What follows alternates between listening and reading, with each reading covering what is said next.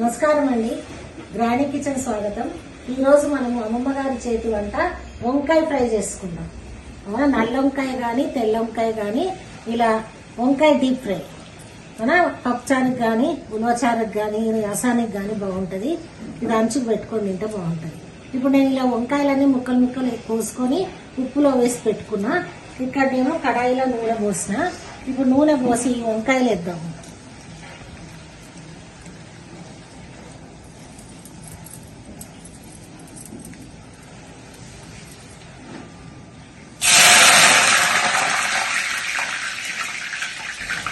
ఇప్పుడు ఇలా సగం వేగినాయి వంకాయలన్నీ.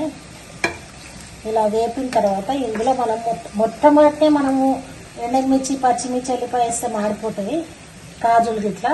ఇప్పుడు మనం వేసుకుందాం. ఇప్పుడు మనం ఎండుమిర్చి తుంచుకొని వేసుకుందాం. ఇప్పుడు మనం కొన్ని కాజు ప్యాకెట్ నుంచి కొన్ని కాజు వేసుకున్నాం.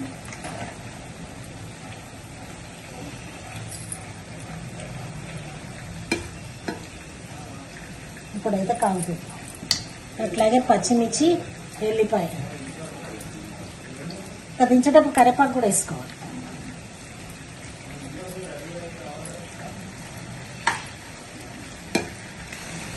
ఇప్పుడు వంకాయ ఇలా వేగుతుంది. దీంట్లో మనం కొంచెం కరివేపాకు కూడా వేసుకుందాం. ఇలా కరివేపాకు కూడా వేసుకుందాం. కరివేపాకు వేసుకొని వేద్దాం. ఇప్పుడు ఇందులో వంకాయ పచ్చిమిర్చి ఎండుమిర్చి కాజులు కరివేపాకు వంకాయలు వేసుకొని ఇవి తీసిన తర్వాత మనం ఉప్పు కారం చల్లుకొని పసుపు చల్లుకొని కొద్దిగా మనం కొత్తిమీర వేసుకుంటే మనకు వంకాయ ఫ్రై రెడీ అయిపోతుంది. ఇంకా కొంచెం ఫ్రై కావాలి. ఇంకా కొంచెం ఫ్రై అయితే మనకు వంకాయ కాజు పచ్చిమిర్చి ఎండుమిర్చి కరివేపాకు అన్నీ ఫ్రై అయిపోయినాయి. ఇప్పుడు వీటిని తీద్దాం. ఇలా తీసి పేపర్ మీద వేసుకుందాం. తర్వాత ఉప్పు కారం పసుపు కలుపుదాం. ఇప్పుడు ఇట్లా అన్నీ వంకాయలు కాజు ఎండుమిర్చి పచ్చిమిర్చి కరివేపాకు ఇలా వేయించుకున్న దాని మీద మనం ఉప్పు కారం వేడిగా ఉన్నప్పుడే చల్లాలి. మళ్ళీ చల్లగా అయితే మనకు చల్లనికే రాదు, పట్టుకోదన్నమాట చల్లగా అయితే. ఇలా మనం ఇలా కారం కొంచెం ఉప్పు కొంచెం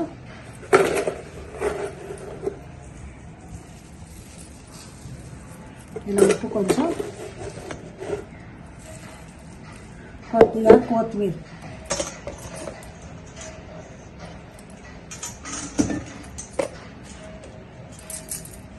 కొంచెం ఇలా కొత్తిమీర కట్ చేసి చల్లుకోవాలి.